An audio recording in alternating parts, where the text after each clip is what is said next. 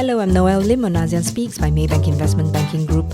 Our regional teams discussed the string of economic data that came out from Singapore and Bank of Indonesia's decision to hold interest rates, Malaysia's inflation that remains comparatively low, and the recovery of hoteliers in Thailand. Suhaimi Ilias, Group Chief Economist, moderates the call.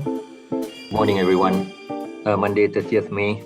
Let's start with a customary wrap-up of key events last week. Last week saw S&P 500 and Nasdaq gain, ending 7 consecutive weekly losses. US treasury 10-year yield also trended lower. The market and yield movements reflected some expectations that US inflationary pressures could be peaking, taking cue from core personal consumption expenditures or PCE price index that exclude food and energy. It rose 0.3% month-on-month in April, in line with expectations and little change from the preceding 3 months. While on an annual basis, this inflation measure came in at 4.9% year-on-year last month. So that's down from March 5.2% year-on-year.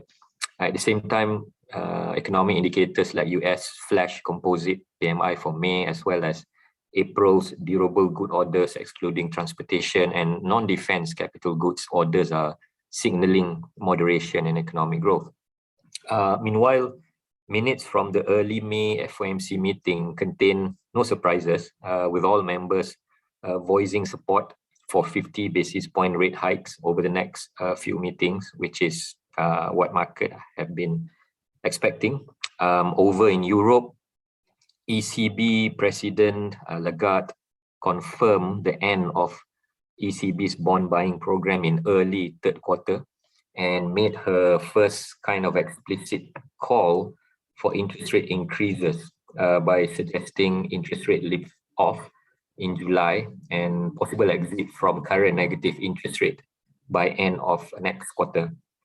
Over in China, Premier Li Keqiang last week warned of dire consequences for China's economy if they did not take measures to reverse the slowdown and call for a better balance between pandemic controls and economic growth.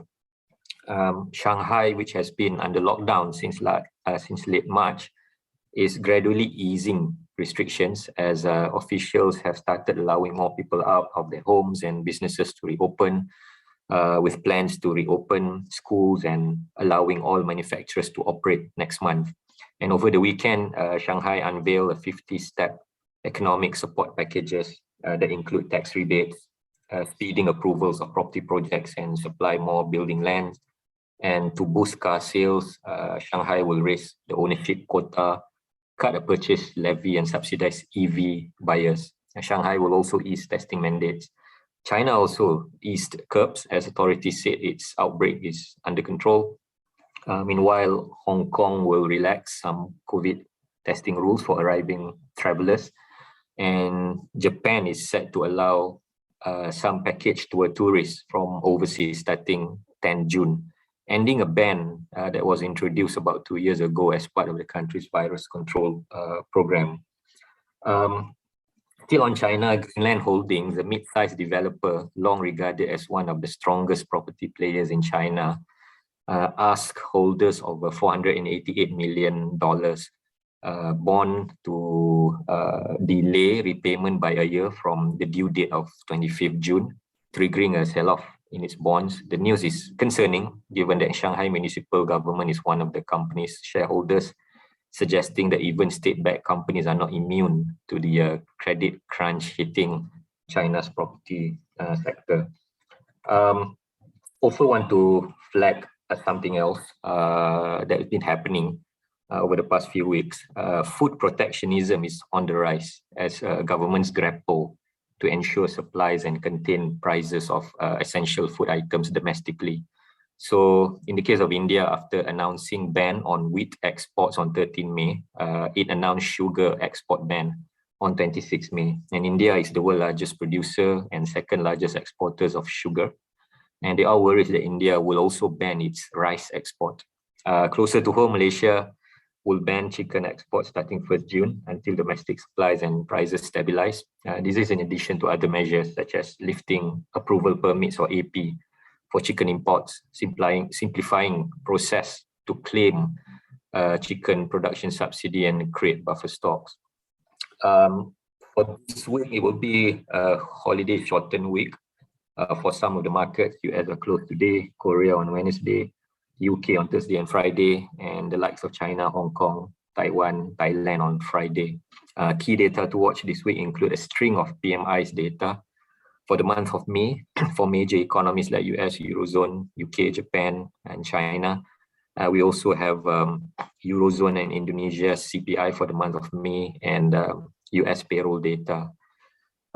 Today's conversation with research team will be macrocentric. We have Hak Bin, Juye, Zamros, and Brian on Singapore, Indonesia, Malaysia, and Vietnam data.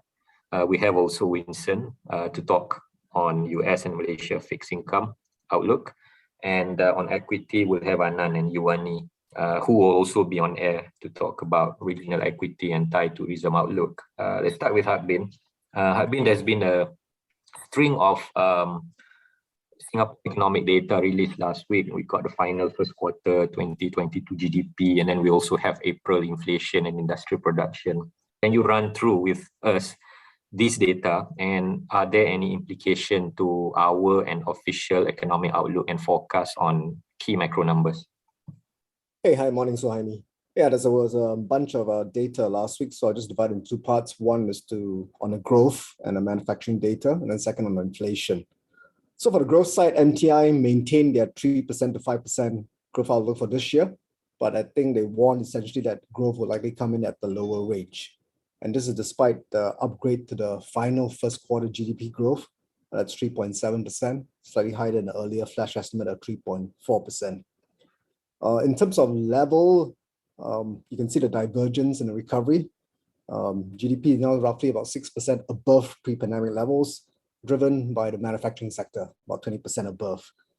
Good news is that services sector is also now about 4% above pre-pandemic, but construction is still well below, about minus 20%. I think this data comes with a breakdown of the services components. Clearly reflecting the reopening, because all the consumer-facing sectors like retail, trade, food and beverages, services essentially improve. But the external-oriented sectors, including the wholesale trade, transport, storage, they're all still growing, but growth is clearly moderating due to softer trade volumes. Interestingly, the accommodation sector actually fell very sharply, minus 13.5% in the first quarter, simply because of the decline in government demand for quarantine facilities, more than offset the increase in visitor arrivals. We expect the pickup in visitor arrivals to lift these numbers in the second quarter. Breakdown as well of the business services. I guess for our sector, probably to highlight that finance and insurance grew only 4% in first Q. That's moderating from the pretty high speed seen over the last 2 years. The government said it is due to decline in the bank segment as both credit intermediation and net fees and commissions fell. Infocom still growing pretty strongly, 8.2%, but it is decelerating after 3 straight quarters of double-digit growth. So we are maintaining a forecast of 2.8%. That's still below the lower bound of MTI's 3 to 5%. We think that global headwinds will probably overwhelm and dampen the reopening tailwind by the second half. The Ukraine war, China's rolling lockdowns, and global monetary tightening will douse the recovery and undercut growth by the second half of the year. On the MAS policy, we are expecting them to maintain the current tighter stance and steeper slope at the October meeting, following the double tightening move in April. But there is a risk that inflation continues to surprise on the upside. Bear in mind that the Sing-Year is trading at about 1.2% above the midpoint, so there's still a little bit more room to appreciate, I guess, before the MAS is pressured to decide whether to tighten further. On inflation front, core inflation hit a decade high in April. It's up 3.3%, driven by high inflation for food, retail, other goods, electricity, and gas. Good news is, I suppose, that headline inflation kind of stabilized at 5.4%, and then actually down slightly from the previous month. Still, I think the worries are, you can see that there's a broad increase in some of food prices. Electricity, gas prices are up 19%. Cost of retail and other goods, typically negative, is rising now about 1.6%, And clothing and footwear, typically negative, is up almost 1%. So I think there's a broadening of the inflation pressure. On inflation, we're making a forecast for now. Headline 4.8, core CPI 3%. We're wondering whether monetary policy actually may be sufficient to contain the intensifying inflationary pressures or ease the tightness in the labor market. We expect the government to provide some supplementary budget eventually to ease the burden from the rising cost of living, especially on food and utilities. Bear in mind that the government is introducing the local qualifying salary or the de facto minimum wage in September, as well as expanding the progressive wage model to retail sector in September this year. For the retail sector, that could cover about 30 to 40,000 workers. We're wondering whether that's worth reviewing or delaying. Bear in mind that reopening has increased manpower demand in the aviation and hospitality sectors, which we think will struggle to find local workers given the tight labor market. And that risks spanning a wage price spiral. I'll stop there. Thanks, Abin. Interesting comment about whether monetary policy is sufficient and right tools in dealing with inflation. And I think that's a nice way to bring in Julia into discussion, because last week, Bank Indonesia surprised by keeping interest rates rather than hiking. So I think, Julia, what's the rationale behind the decision at the time when regional peers like BNM and BSP started to raise interest rate and Fed is signaling additional 50 bips hikes on the way? And does the BI move or the lack of it alter our view on Indonesia's monetary policy outlook? Good morning, Suhaimi, everyone. So BI maintained its policy rate at 3.5% last week, and that's despite the pickup in inflation. Headline CPI had been climbing to 3.5% as of April, and also amid the tightening trend globally as well as regionally. We had been expecting BI to hike by 25 bips last week, but I think the previous week's policy decisions gave some room for BI to hold on to the lower rate for longer. And these decisions are to raise energy subsidies in order to contain inflation, and also to lift the ban on palm oil exports in order to support the current account balance.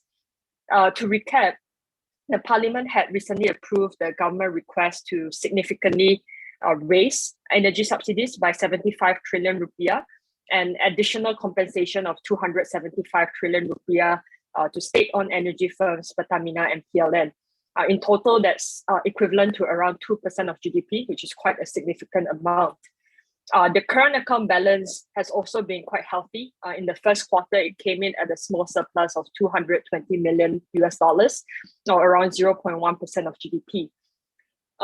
But having said that, while BI kept its policy rate unchanged, it did announce faster hikes in the reserve requirement ratio, which will be raised from the current 5% to 6% in June, as previously planned, and then to 7.5% in July and 9% in September, compared to the original plan to raise to just 6.5% in September. The BI governor stated that this additional increase will absorb around 110 trillion rupiah, that's around $7.5 billion from the banking system, on top of the expected 200 trillion rupiah under the previous policy. So that would hopefully help to normalize the liquidity. We do maintain our view for a 75 bips hike this year. The economy has climbed above pre-pandemic levels. Inflation is aging up to the upper end of BI's target range. And also with the Fed expected to hike a total of 275 bips this year. We are now looking at BI to deliver its first rate hike in the next meeting on the 23rd of June. And that would follow the Fed's rate announcement on the 16th of June. And by then, the Fed having hiked by another 50 bips would have cumulatively hiked a total of 125 bips this year. And with additional fiscal support approved by the government to support domestic demand, we think BI will start normalizing its policy rate to close this widening rate differential against the Fed. Let's stop there. Thank you. Yeah, thanks, Jui. Let's move on to Zamros. On Malaysia, specifically, headline and core inflation rates rose in April, but only slightly, and generally remain low versus the kind of inflation numbers we are seeing regionally and globally. Zamros, can you explain to our audience this morning on the dynamics behind consumer prices in Malaysia? Hi, morning, Suhaimi. Morning, everyone. Yes, headline inflation for Malaysia only gradually rose to 2.3% in April from 2.2% in March, which basically makes the year-to-date January to April inflation of 2.2%. And at the same time, core inflation also very gradual, 2.1% year-on-year in April from 2% in March, which makes the January to April core inflation of 1.9%.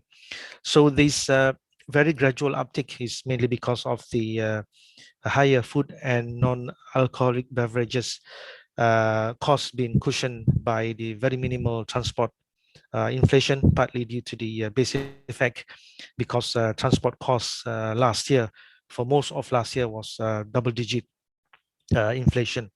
So with that, we maintain our inflation forecast for this year of 2.7%. But we maintain, we acknowledge the upside risk coming in from the elevated global energy and food prices. Secondly, the supply chain disruptions from the Russia-Ukraine war and China's lockdown. And then thirdly, we have the Malaysia's minimum wage, higher minimum wage introduced on 1st May of this year, and also the weaker ringgit against the US dollar. But of course, our forecast of 2.7% for this year for Malaysia is a lot lower, significantly lower than the regional peers, ASEAN regional peers. Indonesia, for example, average inflation forecast for this is 3.7%. Vietnam 4%, Philippines 4.6%, and Singapore and Thailand of 4.8%. Again, the question is why we have such a low inflation forecast for Malaysia for this year.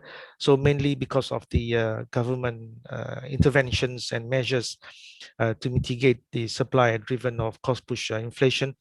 And I think the first important measures is the blanket fuel subsidies introduced by the government since the 10th February of last year, whereby the RON 95 petrol was fixed at 2 ringgit and 5 cents, diesel at 2 ringgit and 15 cents. And if you compare that with the RON 97 price, which is floating right now at 4 ringgit and 70 cents. Secondly, we also have the freeze on electricity tariff starting from 1st February this year until December 2024. And then we have the subsidies to poultry farmers starting from February this year, as the government fixed the ceiling price for chicken. We also have the measures of no highway toll rate hike for the 4 highways in Klang Valley until 2032. The abolishment of the AP for selected food imports, mainly on chicken, cabbage, coconut, and milk, and also the halt of chicken export starting from 1st June this year. That's it. Thanks, Zamros. A lot of policy interventions there to stabilize prices of essential items for consumers. Let's move on to Vietnam. Brian, can you update us on Vietnam's economic data and outlook, given the divergent numbers on domestic economic activities and external trade? Morning, Suhaimi. Morning, everyone. So Vietnam data was released yesterday, showing a divergence between trade and consumer demand. Vietnam is the first ASEAN country to release the May data and may provide a prelude or insights on trade data for the rest of ASEAN and impact from China's lockdowns. Industrial production remained remarkably resilient, expanding 10.4% over the previous year, or 4% month-on-month. Garment production, surprisingly, was one of the best performers and held up in spite of anecdotal export reports that the garment industry was facing production difficulties due to logistical bottlenecks caused by China lockdowns. Factories have been adopting adaptation measures such as running down existing materials inventory, prioritizing orders with sufficient materials to produce first, and substitution with Korean and Thai materials. And these measures could have helped to reduce the disruption on production. Month-on-month declines in production were recorded across computers and electronics, mobile phones, and phone accessories. These likely reflect the impact of supply chain disruption from China lockdowns, especially in the major electronics hub of Shanghai. Merchandise exports grew at a slower year-on-year pace of 16.4% compared to 25% in April. It declined 8.5% over the previous month on the back of electronics, telephones, garments, and footwear. Severe disruptions to factory production and transport in China could have affected demand for intermediate components supplied by Vietnam's factories. Export volume likely declined more, given that the nominal outturn was flattered by rising prices. Imports growth slowed less than exports to around 13% from 16% the previous month, sliding 0.8% month-on-month as surging commodity prices offset supply disruptions. The trade balance fell into a deficit of $1.7 billion after 2 consecutive months of surplus, although the year-to-date trade balance remains in a surplus.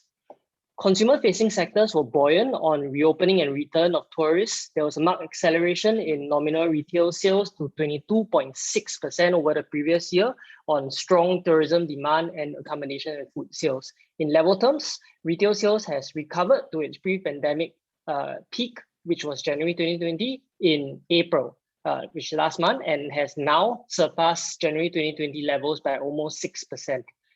Headline inflation accelerated to 2.9% in May from 2.6% last month, primarily on higher transport prices. The rise in headline inflation over the past few months has nonetheless been more gradual than most other ASEAN economies, in part due to Vietnam's status as a significant agricultural producer. Abundant domestic supply of crops and livestock on top of government efforts to rein in price hikes seem to have cushioned local food prices and are likely to continue to put a lid on trajectory of the inflation increase over the coming months. Therefore, we lower our annual average headline inflation forecast slightly to 3.7% for 2022 from 4% previously. We maintain our full-year GDP growth forecast at 5.8% for 2022. We expect that headwinds to global growth will undercut growth in trade-related sectors and offset the reopening boost to consumer-facing sectors. Second quarter GDP is expected to slow to around 4% year-on-year from 5% in the first quarter. We expect the State Bank of Vietnam to commence monetary policy normalization in the fourth quarter of this year with a 50 basis points hike to the refinancing rate and discount rate on broadening inflationary pressures. We think that the SBV will be patient on tightening even as other ASEAN central banks have begun their tightening cycles. The SBV is likely to prioritize growth at this juncture, given that inflation remains relatively contained and risks to the Vietnam dong from Fed tightening are also relatively contained due to robust external buffers, including a healthy current account position and ample foreign reserves. Thanks, Brian. So after that whirlwind tour of ASEAN economics, let's move on to fixed income. Winson, we are seeing some reversals to the earlier surge in US Treasury yield. What causes the change in direction and what does it mean in terms of market expectation on US macro? And ultimately, where do you see US Treasury heading between now and year end? Hi, morning, Suhaimi. Yeah, US Treasury yields have fallen by about 30 to 50 bp, almost across the curve since the peaks in early May. For example, the 10-year US yield was at 3.2%. Now it is down to about 2.75. Similarly, for other so-called core developed market sovereign yields, such as the UK gilt, the German bonds, and also those in the Eurozones, yields have generally fallen. The main reason that caused the change in direction, I think, is because the market was overpricing inflation fears while underpricing recession risk. And no doubt US inflation is too high, CPI running at more than 8% year on year over the past 2 months. And knowing that the Fed was already well behind the curve in rate normalization, there's nothing much the Fed can do but to hike rate and to hike rate aggressively. 50 bp in May, 50 bp in June, and another 50 bp in July seems likely. So the Fed will keep hiking rate until inflation starts to come under control. And not only that, rate hike seems to be fairly synchronized across major central banks with very few exceptions. So that's why we had a massive sell-off on bonds and durations. But I think aggressive rate hike, as usually the case, would cause some collateral damages in the economy. For example, the US financial conditions have already tightened quite significantly. And the US high-yield corporate spreads have also widened a lot. So now I think the market has started to take a more balanced view between inflation fears and recession risk. For example, the 10-year US break-even rate, a market measure of long-term inflation expectation, has also softened to about 2.6, 2.7% from above 3% just a month ago. So on US Treasury market outlook between now and year end, we still expect the 10-year US yield to fall below 2.5%. But I have to say, this is still a non-consensus call. Whereas for the MGS market, similarly, we are also mildly bullish. It had a revenge rally recently, so I think in the near term it might enter a consolidation phase. But between now and year end, I still think that yields can fall a bit. What's your outlook on domestic bond market and MGS yield? MGS we have toned down. We were very bullish. I think it was a shouting buy. Now I think we are still mildly bullish. We think yield can still fall slightly from the current level. Lastly, just curious, how have market pricing of US Fed fund rates and BNM OPR evolved in recent weeks? Can you tell us?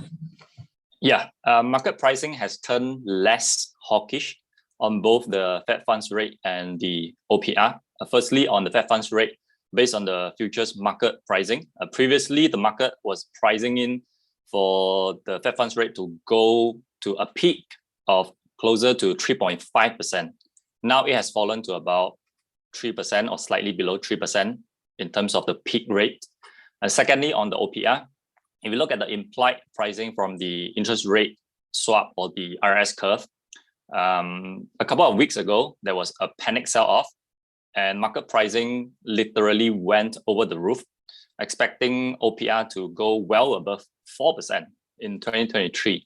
But now it has come off slightly, but still has priced in a full normalization in OPR to about 3.25%.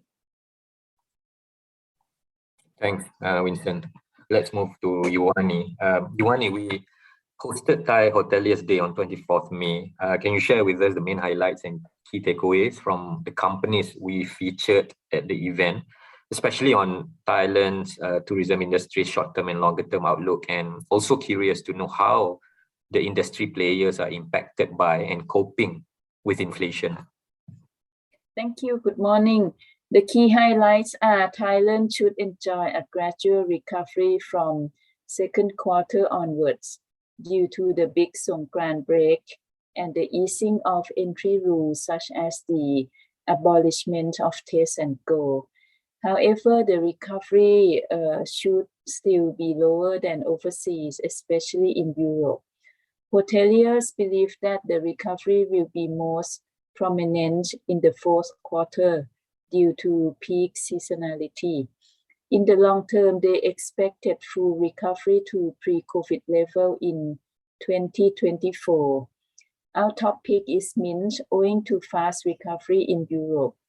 For cost inflation, the restaurant business is raising menu prices. However, we don't think it's enough and EBITDA margin should be lower going forward.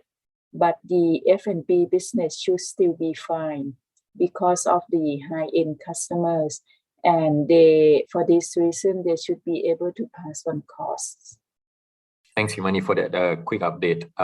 That's it for today. But before we end again, just want to flag Maybank's IBG's flagship annual event, Invest ASEAN, next week on 6 and 9 June. Invites and link to registration have been sent, so please look for it and register. Thanks, everyone. For specific advice, speak to your trading rep and check out reports from Market Insights on the Maybank Trade app. Follow us on Spotify or Apple Podcasts and leave a rating. I'm Noelle Lim on ASEAN Speaks by Maybank Investment Banking Group.